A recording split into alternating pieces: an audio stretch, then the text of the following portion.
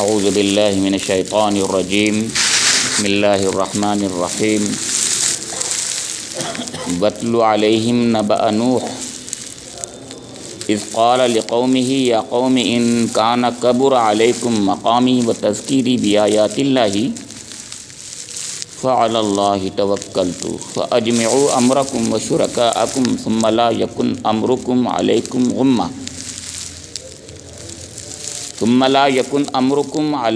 غمۃ ثم اقضوا الی ولا تنظرون فإن تولیتم فما سألتکم من اجر ان اجری الا علی اللہ وامرت ان اکون من المسلمین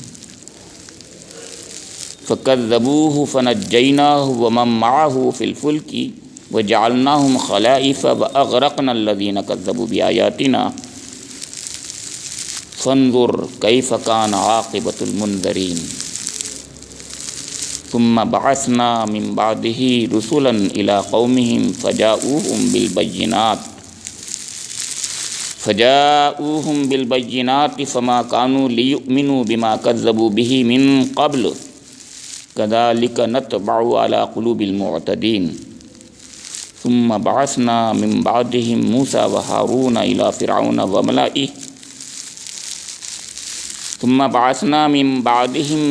وهارون إلى فرعون وملئه بآياتنا فاستكبروا وكانوا قوما مجرمين فلما جاءهم الحق من عندنا قالوا إن هذا لسحر مبين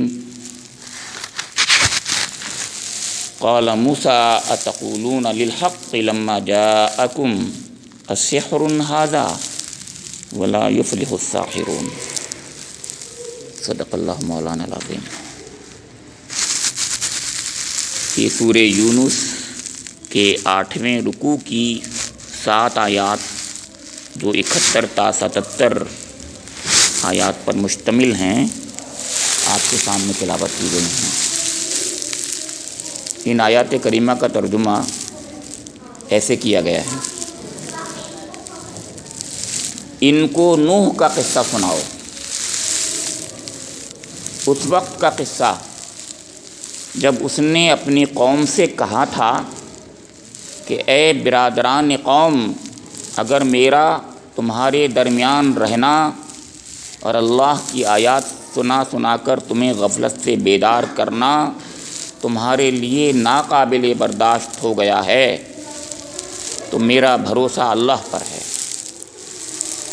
تم اپنے ٹھہرائے ہوئے شریکوں کو ساتھ لے کر ایک متفقہ فیصلہ کر لو، اور جو منصوبہ تمہارے پیش نظر ہو اس کو خوب سوچ سمجھ لو تاکہ اس کا کوئی پہلو تمہاری نگاہ سے پوشیدہ نہ رہے، پھر میرے خلاف اس کو عمل میں لے آؤ اور مجھے ہرگز مہلت نہ دو۔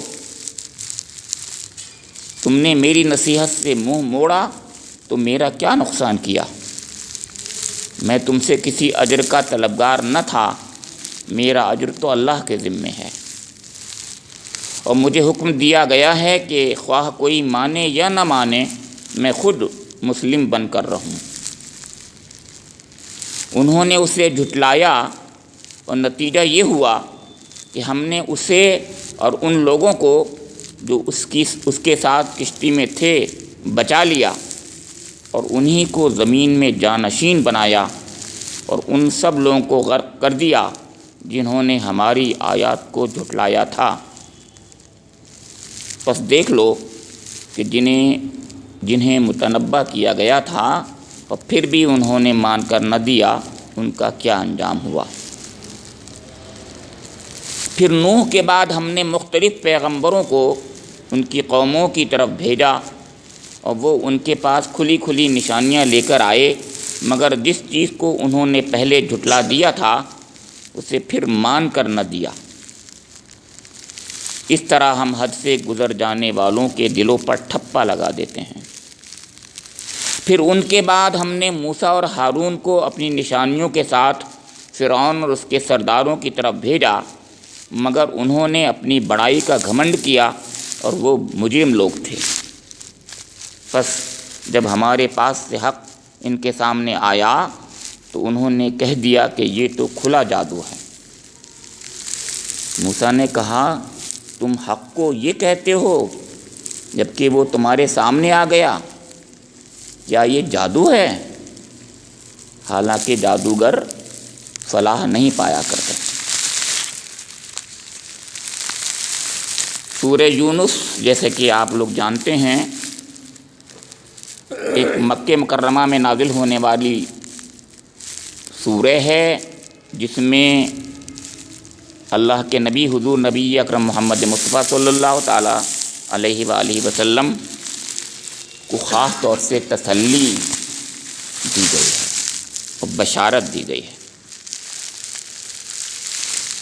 دوسرے یہ کہ جس میں مخاطبین قوم یا جو بھی آڈینس قرآن پاک کے روز اول سے رہے ہیں اور قیامت تک رہیں گے ان کو متنبع کیا گیا۔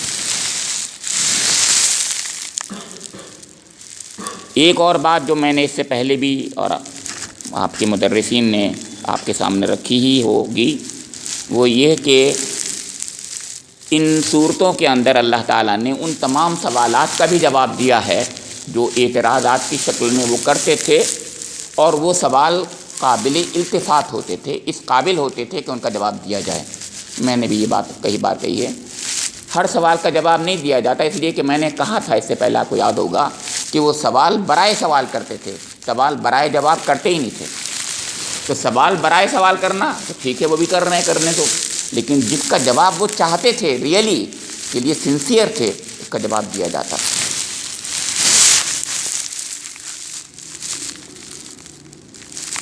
ان آیات میں آج کی آیات جو شروع ہوئی ہیں اس میں انبیاء کرام کا پورا تو قصہ نہیں ہے، دو انبیاء کرام کا صرف قصہ ہے، حضرت نوح علیہ السلام کا قصہ اور حضرت موسیٰ اور ہارون علیہ السلام کا۔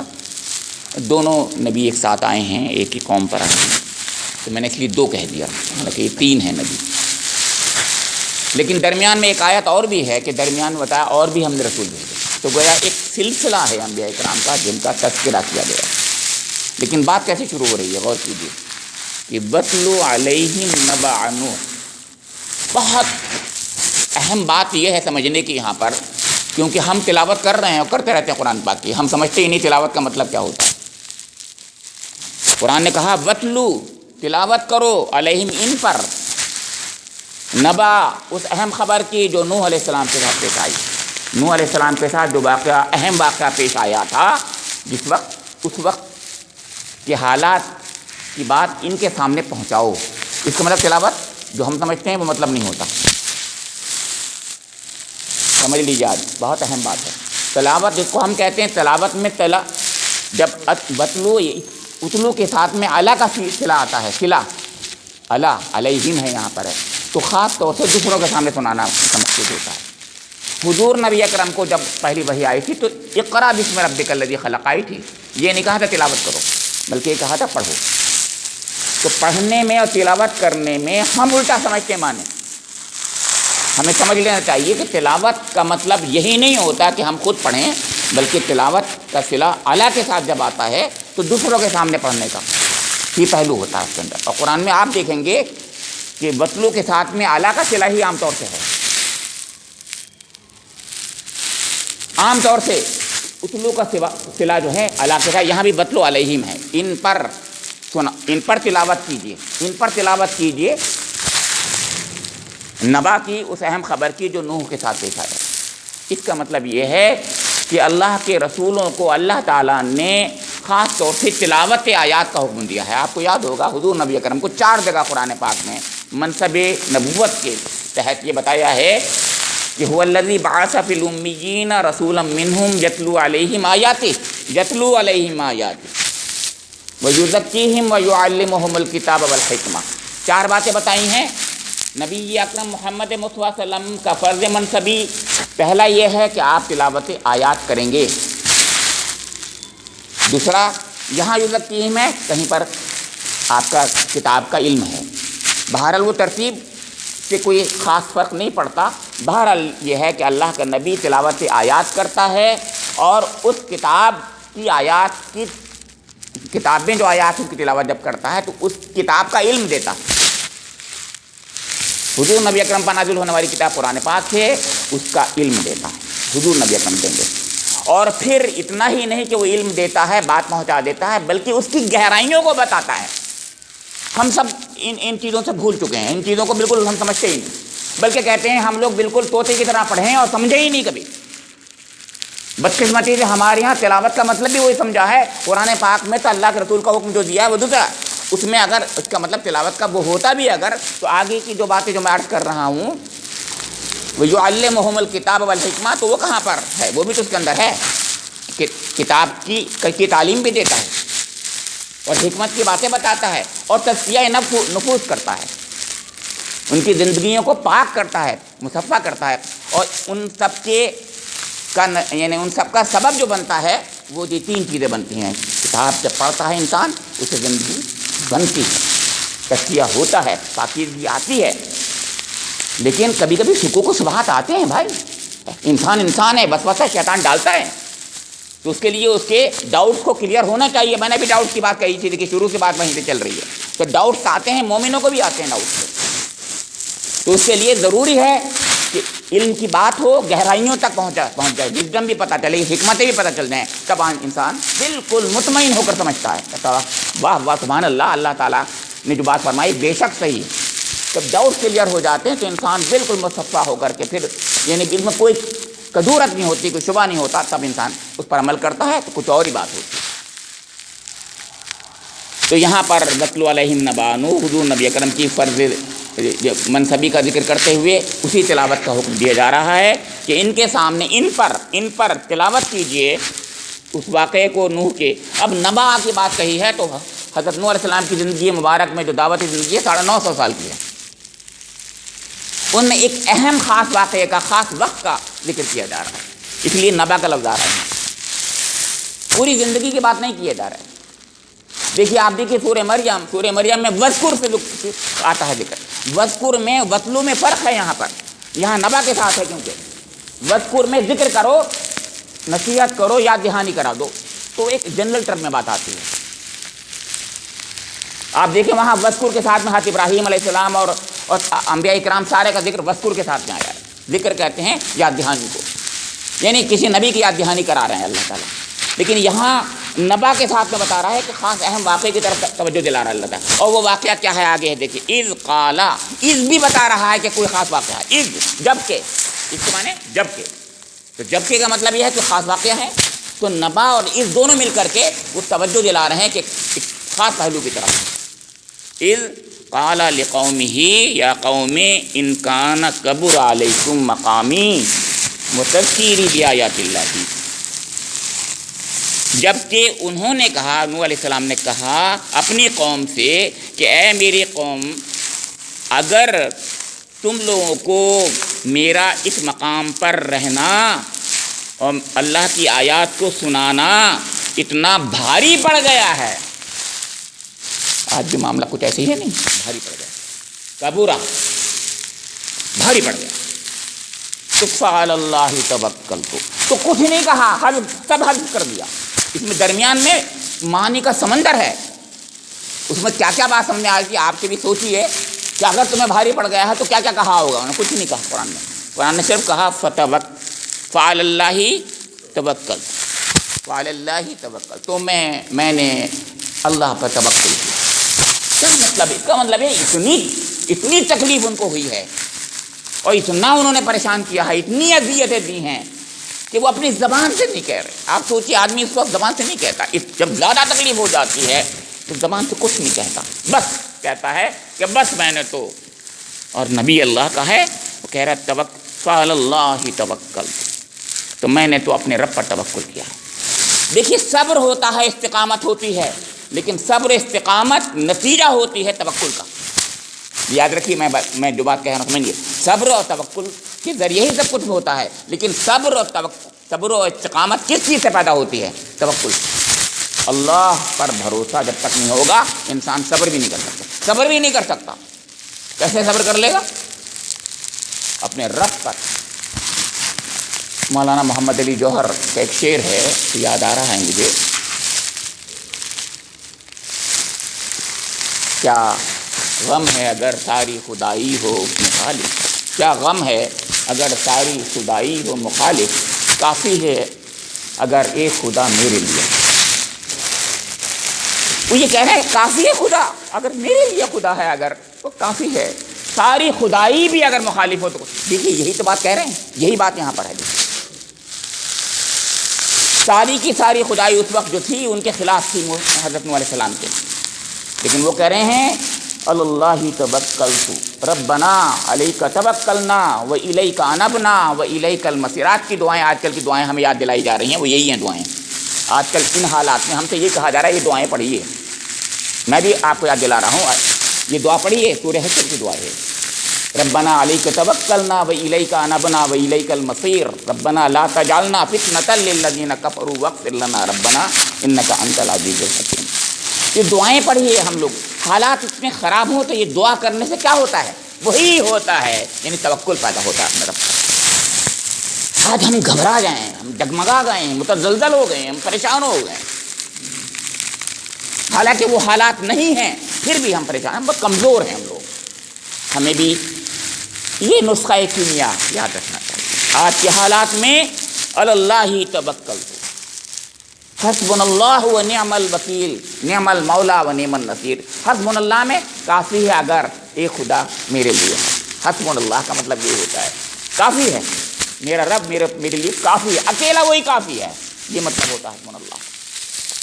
پھر اتنی بات نہیں کہہ رہے ہیں کہ زبان سے کہہ رہے ہوں، بلکہ ایک اور بات کہہ رہے ہیں، اتنی بڑی بات کہہ رہے ہیں آپ سوچ نہیں سکتے، میں سوچ نہیں سکتا۔ ایسے انبیاء کرام کیا ہوتے ہیں، سوچئے انہوں نے کیا کہا ہے، اتنی بڑی بات کہہ دی، فَأَجْمِعُوا أَمْرَكُمْ وَشُرَكَاءَكُمْ ثُمَّ لَا يَكُنْ أَمْرُكُمْ عَلَيْكُمْ غُمَّةً ثُمَّ اقْضُوا إِلَيَّ وَلَا تُنظِرُونَ۔ اتنی بڑی بات سورہ ہود، حضرت ہود نے بھی اسی قسم کی بات کہی ہے، لیکن یہاں حضرت نوح علیہ السلام کہہ رہے ہیں، اس کو ہر نبی ایسے ہی بول رہا ہے۔ حضرت شعیب نے یہی کہا، آپ دیکھیں گے الگ الگ مقامات، سورہ شعراء ہے، سورہ عنکبوت ہے، آپ دیکھیں سورہ ہود ہے، ان میں انبیاء کرام کے قصے ہیں، آپ دیکھیں کہیں نہ کہیں یہ بات آ گئی۔ یہاں نوح علیہ السلام کہہ رہے ہیں، کیا کہہ رہے ہیں معلوم ہے آپ کو؟ یہ کہہ رہے ہیں تم اپنے ٹھہرائے ہوئے شریکوں کو ساتھ لے کر ایک متفقہ فیصلہ کر لو، اور جو منصوبہ تمہارے پیش نظر ہو اس کو خوب سوچ سمجھ کر فیصلہ کرو، تاکہ اس کا کوئی پہلو تمہاری نگاہ سے بعد میں پچھتانا نہ ہو کبھی کہ ارے ہماری یہ کمزوری رہ گئی فیصلے میں، یہاں غلطی یہ ہم سے ہو گئی۔ نہ، سوچ لو، اکیلے نہیں بلکہ مل کر، اور اپنے ان شرکاء کو بھی لے لو ساتھ میں جو تمہارے نزدیک جو ہیں بہت بڑے ہیں، خدا ہیں، جو خدا کے شریک ہیں، جو ان سب کو لے لو، اکٹھا کر لو سب کو، جن ہو انسان ہو کوئی بھی ہو، سب کو اکٹھا کر لو اور سب مل کر فیصلہ کر لو، اور میرے خلاف فیصلہ کر لو۔ یہ کہا ہے میرے خلاف، جو کچھ تم کر سکتے ہو کر لو، اور خوب سوچ لو، کوئی پہلو تمہاری نگاہوں سے پوشیدہ نہ رہے۔ یہ غمتاً میں یہ بات آتی ہے، پوشیدہ کوئی پہلو نہ رہنا، ابہام نہ رہنا، غمہ میں ابہام نہ رہنے کو کہتے ہیں۔ لا غمتاً ہے، لا یکن امرکم علیکم غمتاً، کوئی غمہ نہ رہے، کوئی کسی قسم کا ابہام، ڈاؤٹ نہ رہے، کوئی کمزوری نہ رہے، سوچ لو، 10 بار سوچو، فیصلہ کر لو۔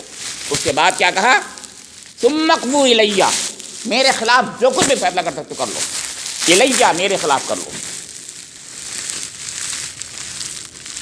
اور مجھے ہرگز ولا تنظرون، مجھے ہرگز مہلت مت دو۔ اتنی بڑی بات کہہ دی، فیصلہ کر لو، میرے خلاف جو چاہیں کر سکتے ہو کر لو۔ ایسے نہیں کہ انہوں نے غصے میں کہا تھا، بلکہ بہت ہی شرافت و اخلاق کے ساتھ۔ یہ بھی بات بتا دوں، ہمارا معاملہ یہ جذبات میں ہم کہتے ہیں، جذبات میں نہیں کہا انہوں نے، بہت ہی ٹھنڈے دل سے، بہت ٹھنڈے انداز میں کہا تھا۔ سوچو انہوں نے اس طریقے سے کہا ہوگا، میرے بچوں، کیونکہ ہم سب سے بوڑھے تھے، باپ تھے، 950 سال کے تھے، زیادہ تر لوگ ان سے چھوٹے ہی تھے۔ یہ کہا ہوگا، میرے بیٹوں بچوں تم فیصلہ کر لو، ٹھیک ہے۔ کس انداز سے کہا ہوگا، کس محبت سے کہا ہوگا، کس سوچ سے کہا ہوگا، سوچیے آپ، کس سوچ سے کہا ہوگا کہ میرے بچوں جو چاہے آپ تم کر لو، میرے خلاف کر سکتے ہو، جو چاہے کر لو، اور سوچ لو۔ بچوں سے جیسے کہا جاتا ہے کوئی کمی نہیں رہنا چاہیے، دیکھو تم کوئی کمی نہیں رہنا چاہیے ہیں، اور تم مجھے پھر مہلت مت دو، اور میرے خلاف جو چاہے کر سکتے ہو کر لو۔ اس سے پہلے فرما دیا فعلی اللہ توکلت، یہ دیکھا آپ نے اور کیا، اس سے پہلے توکل کو کہا دیا، پہلے ہی توکل تو کہہ دیا کہ میں نے تو اپنے رب پر توکل کر لیا ہے۔ اب یہ بات جب اللہ تعالیٰ پر کو پہلے ہی اللہ تعالیٰ کے ساتھ توکل کر لے انسان اور بھروسہ کر لے، اور پھر اس کے بعد یہ کہے، تو پہلی بات تو وہ ہے نا اصل چیز تو جس کو ترتیب میں یہی ہے، پہلے توکل کر لیا ہے۔ اور توکل سے پہلے میں نے بتایا تھا توکل نتیجہ ہوتا ہے استقامت کے ساتھ میں رہنے کا، استقامت کے ساتھ توکل ہوا کرتا ہے، ایسے نہیں کہ آدمی زبان سے کہہ دیتا ہے۔ تو پھر فرمایا کہ پھر اللہ تعالیٰ نے کیا کیا، پھر ایک اور بات کہی انہوں نے درمیان میں، فَإِن تَوَلَّيْتُمْ فَمَا سَأَلْتُكُم مِّنْ أَجْرٍ، کہ اگر تم نے میری بات نہیں مانی، تم نے روگردانی کی اختیار کر لی، تو سوچو تم کم سے کم کہ میرے کیا نقصان ہو گیا میرا اس کے اندر۔ بہت پیاری بات کہہ دی، مطلب یہ کہ سوداگری تو تھی نہیں، دکان تو تھی نہیں میری کہ میں دکانداری کر رہا تھا، میرے گاہک نہیں آئیں گے، مجھے پیسہ نہیں ملے گا، میری تجارت مان پڑ جائے گی، یا میں کچھ اجر تم سے مانگ رہا تھا، کوئی بات ایسا بھی کچھ نہیں تھا، مجھے اس کا کوئی اجر تو تم سے لینا نہیں تھا کسی قسم کا، میں تو اپنے رب سے اجر چاہتا ہوں، ان اجریہ الا علی اللہ، میں اپنے رب سے متوقع ہوں، مجھے توقع ہے کہ مجھے اجر وہاں سے ملے گا۔ یہ دوسری چیز ہے۔ آج بھی دنیا کے اندر آپ دیکھیے جب انسان انسانوں سے میٹیریل کسی مفاد کی خاطر کام کرتا ہے تو اس میں وہ قوت نہیں آتی، دکھاوے کے لیے کرے، کس چیزوں کے لیے، جو بھی دنیا میں جو چیزیں ہیں جس کی خاطر انسان کبھی کرتا ہے اس میں وہ جان ہی نہیں ہوتی، صرف اور صرف اللہ کے لیے اخلاص کے ساتھ آدمی کرے جب تو کچھ اور ہی بات ہوتی ہے، وہ بات ہی الگ ہوتی ہے۔ اسی لیے کہتے ہیں ایک کنوکشن لفظ میں بول رہا ہوں، لفظ انگریزی کا ہے، یعنی اس کے اندر ضروری نہیں ہے کہ ایمان تو اس سے بہت ہی بڑی چیز ہے، میں کنوکشن کی بات کر رہا ہوں۔ وہ کنوکشن تو بڑے بڑے ملحدین میں بھی ہوتا ہے، تو وہ بہت بڑے بڑے کام، بڑے انقلاب رونما کر دیتے ہیں۔ وہ کنوکشن جن کے بھی پاس ہوتا ہے اپنے کاز کے لیے، اپنے مقصد کے لیے، وہ جو ہے اس کو کنوکشن ہوتا ہے، نہیں میں یہ کروں گا، یہ ہونا ہے۔ تو آپ دیکھیں انقلاب کس سے آتے ہیں؟ کنوکشن سے آتے ہیں، لیکن ایمان سے تو بہت ہی بڑے انقلاب آتے ہیں، کنوکشن سے ہزاروں ہزار گنا اونچا ہوتا ہے ایمان تو، اس میں بڑے پازیٹیو ایٹریبیوٹس ہوتے ہیں اس کے اندر۔ کنوکشن میں تو ایک اپنا ہی کنوکشن ہی ایک ایٹریبیوٹ ہے جو بذات خود ہے، لیکن ایمان میں تو کچھ اور بھی چیزیں ہوتی ہیں۔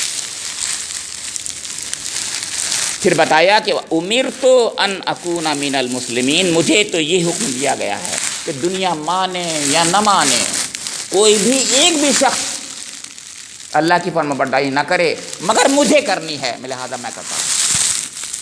اس کے بعد کتنا سکون ملتا ہوگا، کتنا سکون ملتا ہے انسان کو کہ مجھے دنیا سے کوئی غرض نہیں ہے، دنیا کیا کرتی ہے۔ اچھا ہمارا معاملہ یہی بدقسمتی ہے، ہم دنیا ہی کے پیچھے پڑے رہتے ہیں، ہم اپنے بارے میں تو سوچتے ہی نہیں ہیں، ہم فلاں ایسا کر رہے ہیں، فلاں ایسا کر رہا ہے، فلاں ایسا کر رہا ہے، فلاں ایسا، ہمارا معاملہ سارا دنیا پر رہتا ہے، ہم دنیا ہی پر کمنٹ کرتے رہتے ہیں ہر وقت، جب بھی دیکھیے آپ دیکھیے ذرا، ہم دنیا ہی پہ دوسروں پر کمنٹ کرتے رہتے ہیں ہم لوگ، اس نے ایسا کیا، وہ ایسا کر رہا ہے، اس نے ایسا نقصان کر دیا، فلاں یہ کر رہا ہے۔ ارے بھائی اپنے بارے میں تو سوچو، نہیں سوچو۔ یہاں پر قرآن پاک سکھا رہا ہے امرت ان اکون من المسلمین، مجھے یہ حکم دیا گیا ہے کہ میں مسلم ہوں، بس ختم، تم ہو یا نہ ہو مجھے اس سے کوئی فرق نہیں پڑتا۔ ہاں میری ذمہ داری تھی کہ میں پہنچا رہا تھا، میرے رب نے مجھے یہ فریضہ دیا تھا، مجھے منصب دیا تھا، مجھے حکم دیا تھا، مجھے حکم دیا تھا کہ تم دوسرے تک پہنچا دو، تو میں پہنچا رہا تھا، پہنچا بھی رہا تھا، لیکن میری ذمہ داری صرف اپنے لیے۔ دو تین چیزیں ہیں، اس پہ یہ سبق لیجئے، ہم سبق لینا چاہیے ہمیں کہ ہمارا بحیثیت امت مسلمہ کے افراد کی یہی فریضہ ہے، ہم بھی یہی کریں، ہم یہ کام کہیں بتلو علیہم نبأ نوح کی طرح دنیا کے سامنے بات پہنچا دیں، اس کے بعد کوئی نہیں ماننا نہ مانے۔ اب ان سے کہہ دیں وہ نہ سنیں اگر، تو اپنے سے کہہ دیں، جیسے کہتے ہیں روزے کے بارے میں کہ کوئی کچھ گالی گلوچ پہ اتر آئے تو تم ان سے کہو بھائی میں روزے سے ہوں، تو مگر وہ کبھی نہ سمجھے تو اپنے دل سے بول دو کہ بھائی تیرا روزہ ہے، تو روزے سے ہے کہ نہیں۔ یہ ہے وہ بات جو کہی جا رہی ہے۔ کبھی کبھی دوسرے اتنا بھی نہیں سننا چاہتے، اتنا برداشت ہی نہیں کرتے، ارے کیا بک رہے ہو، تو انہوں نے کہا ٹھیک ہے السلام علیکم، اپنے دل سے اپنے سے کہہ دیا کہ بھائی تو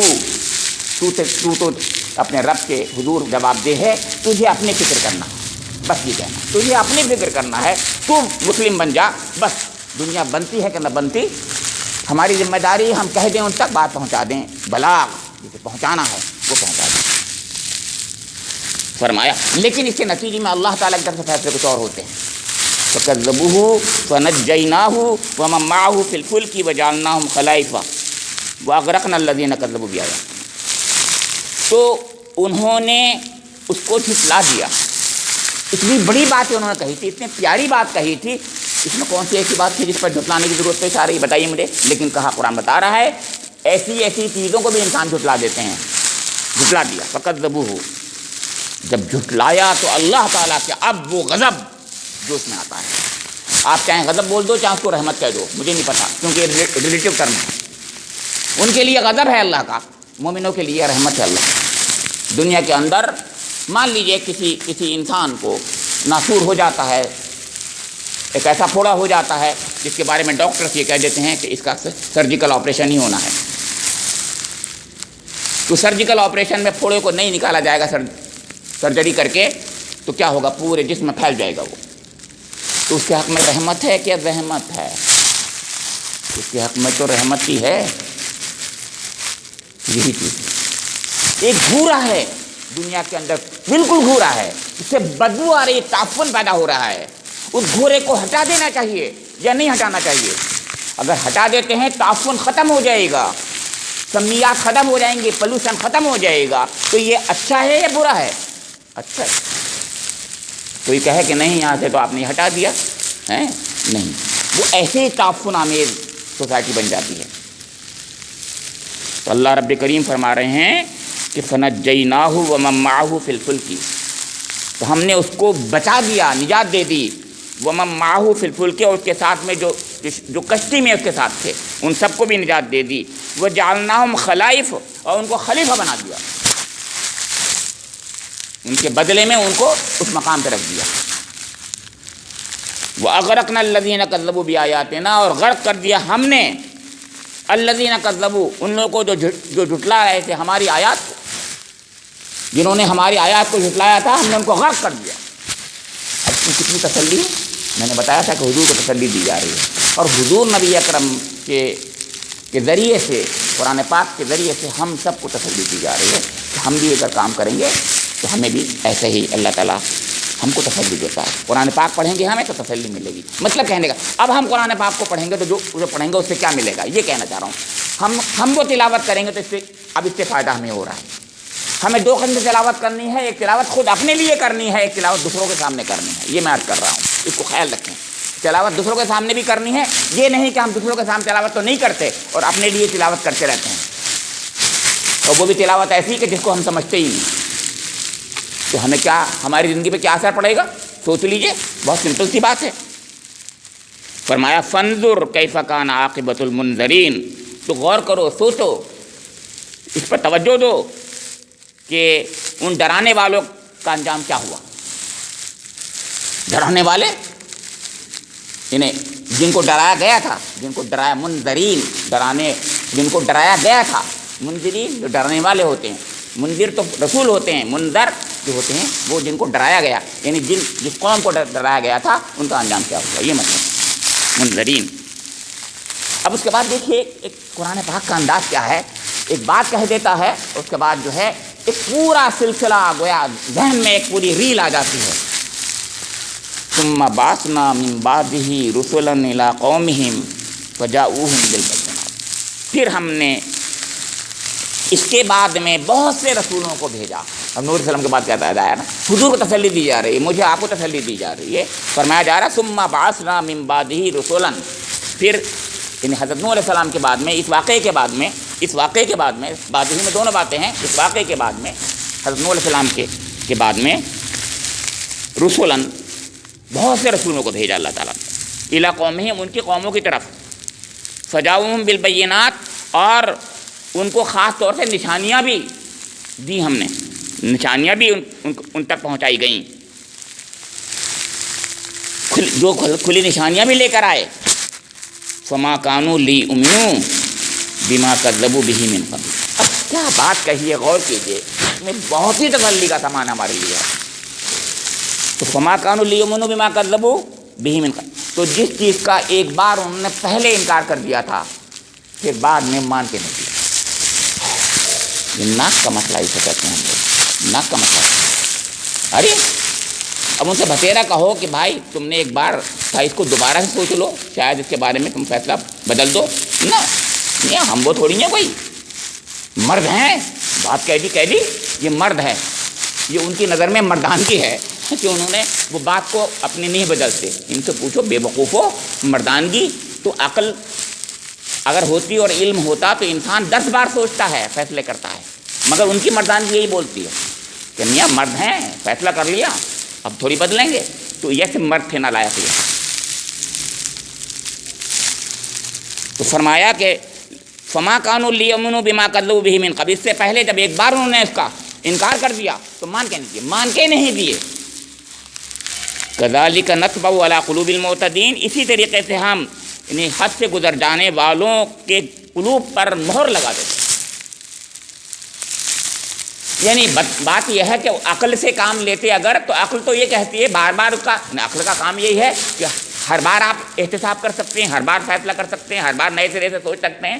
عقل کا تو کام یہی ہے، وہ سوچواتی ہے، فکر تفکر کراتی ہے، غور کراتی ہے آپ کو۔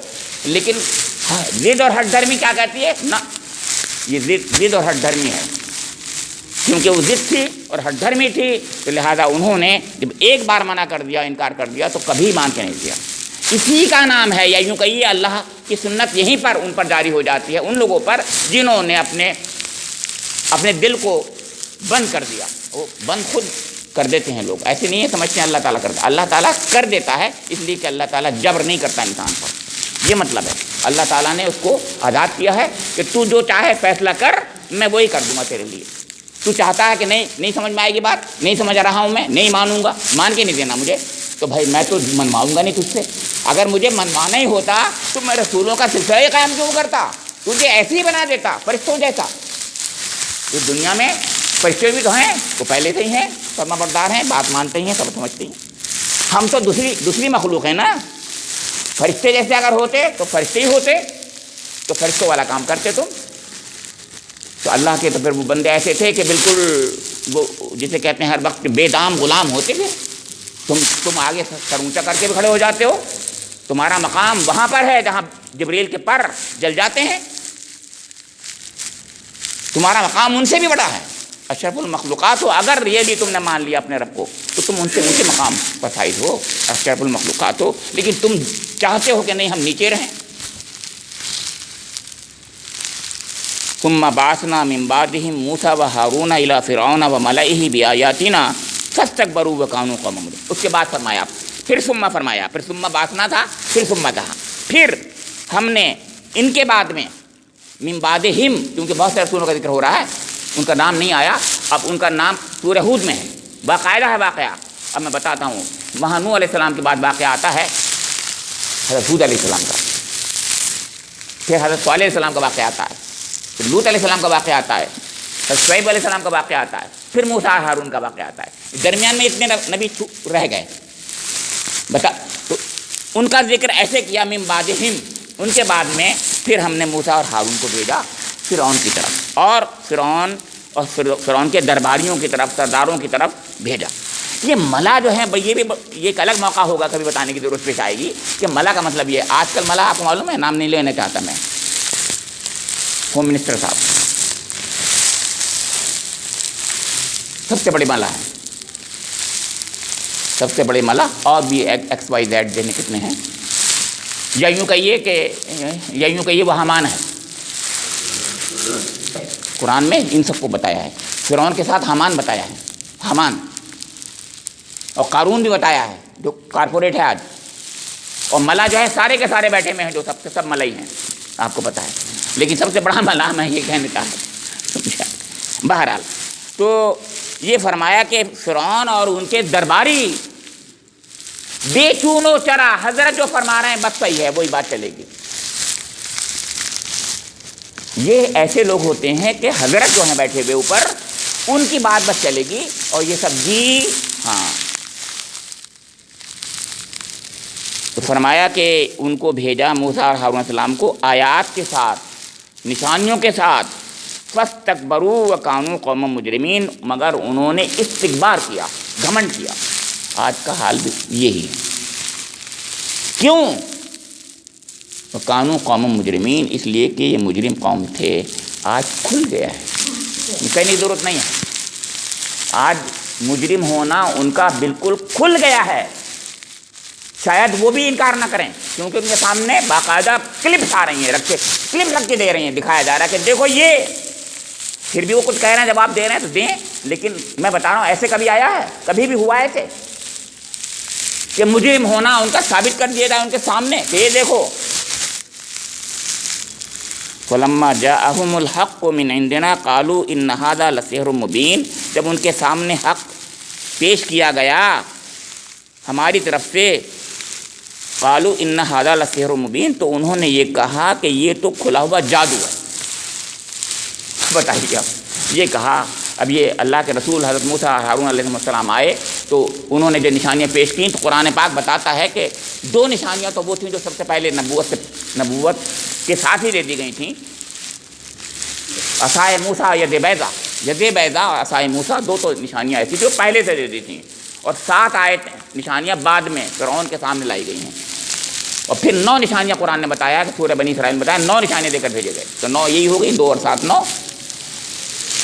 جو جس کو 9 نشانیاں دی گئی ہوں، جس قوم کے سامنے یہ اتنی باتیں آئی ہوں، پھر بھی وہ انکار کر دے تو استکباری تو ہوگا، گھمنڈی تو ہوگا، ہٹی تو ہوگی، ہٹ دھرمی تو ہوگی، اور کیا ہوگا؟ مجھے بتائیے 1 2 3 4 5 6 اور سب کے بارے میں وہ یہ کہہ دے کہ جادو ہے، جادو ہے، جادو ہے، ہر کے بارے میں یہ کہتا رہے جادو ہے، تو پھر جادو ہی کو ثابت کرنے کے لیے آگے کا واقعہ ہے جو اگلے درس میں انشاءاللہ بات آ رہی ہے، آئے گی ہی، کہ پھر وہ جادوگروں کو بلایا گیا، پھر وہاں بھی ثابت کر دیا گیا، اللہ تعالیٰ نے باقاعدہ حق کو حق اور باطل کو باطل سامنے کر دیا، دودھ کا دودھ پانی کا پانی کر دیا، وہ بھی بتا دیا کہ تم جادو کہہ رہے ہو تو بتاؤ، ٹھیک ہے جادوگروں کو بلا لو۔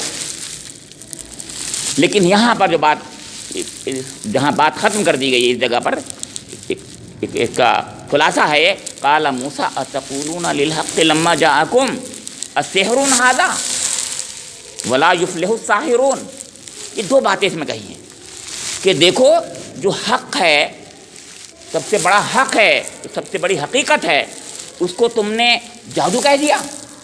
یعنی ان لوگوں سے کہا جا رہا ہے جن کے بارے میں یہ گمان ہوگا کہ شاید یہ کچھ سمجھیں گے، عقل ہے ان کے اندر، ان سے کہا گیا، لیکن ان کے پاس یہ بھی اتنی بھی نہیں تھی۔ تو پھر دوسری بات کہہ دی ولا یفلح الساحرون، تو یاد رکھو کہ ساحر کبھی بھی کامیاب نہیں ہوتا، بظاہر تو کامیاب ہے وہ، لیکن کبھی بھی کامیاب نہیں ہوتا، اپنے مشن میں نہ کامیاب ہوتا ہے نہ کسی میں۔